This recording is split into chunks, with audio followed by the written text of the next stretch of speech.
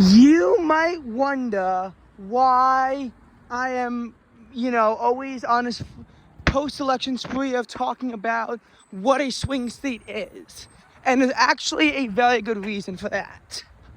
I've been this way since, at least 2020, possibly earlier, where I've always been the kind of voter who can swing in between parties. I voted for 3 Republicans and 2 Democrats, not going to say which ones, on the 2024 ticket.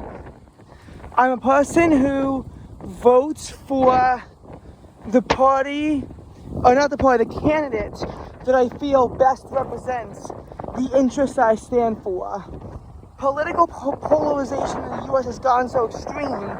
Most people only agree with the party set on one line of issues, but I am not one of them. There are several issues that I agree with the Democrats on, more issues I agree with the Republicans on. My biggest problem with Republicans is actually MAGA, so that might reveal a few of my voting choices.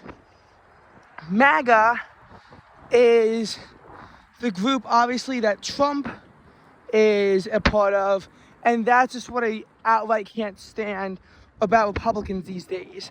If they could distance themselves from MAGA, I could support them more comfortably, but I don't feel comfortable pushing a MAGA agenda when that is not what I stand for and is not what the Republican Party was built for or what the Republican Party stood for even as recently as 2012 when Mitt Romney ran the show.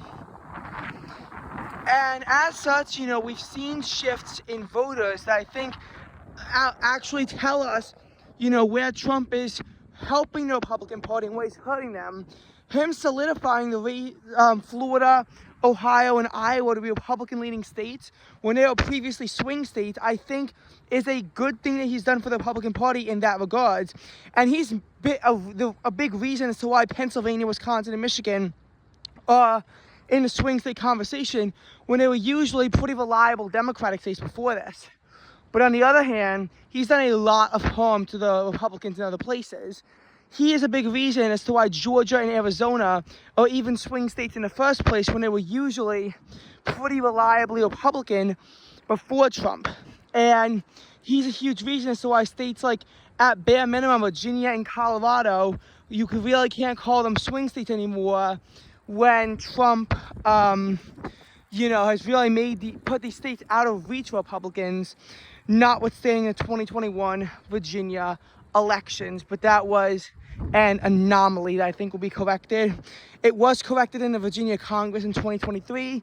I think it'll be corrected in 2025 with the Virginia governorship. I think that we've seen Trump cause a lot of damage to Republicans, even in some states that he's helped turn into swing states.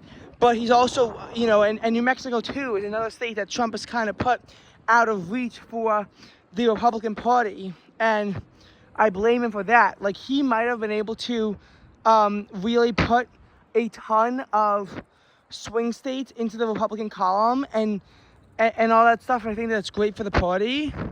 But he's turned a lot of states into areas favorable to Democrats when they didn't exactly have to be. And you have to put a lot of criticism on Donald Trump for doing that. And I will put criticism on Donald Trump for doing that too, since a lot of these voters exist in states such as Arizona, and is a huge reason as to why, the Republican Party is not fully unified behind Trump, but they are trying to change that and make it so that they are fully unified behind Trump. When, unfortunately, that's not, what's going to happen with the result of this. Like, it's just not. So, again, I personally find myself as a swing voter. And there's several swing states where it depends on swing voters. In states like Georgia and what Texas will become if it becomes a swing state, and a few others, it's based on turnout. There is someone who will win in the end. If they can get Democrats out to vote, then Democrats are going to win those races. because Georgia is a blue state at heart. It's just, I've said it's a red state because Democrats can't always turn out to vote because of voter suppression. But in states like Pennsylvania and New Hampshire and Wisconsin, you have a lot of ideological people who ideologically will vote Democrat or Republican depending on the candidate, and I feel like I fit in. That's why I would want to live in a swing state. In the state of New York, my vote, which can be a swing vote, really does not matter, considering that 2024 was the closest in 3 decades that a Republican has come to winning New York, and New York still voted blue by over 12 percentage points. And, you know, I feel like in a swing state, my vote could potentially mean more, and, you know, no one cares about what the needs of New York is because they know that they're going to win the state of New York.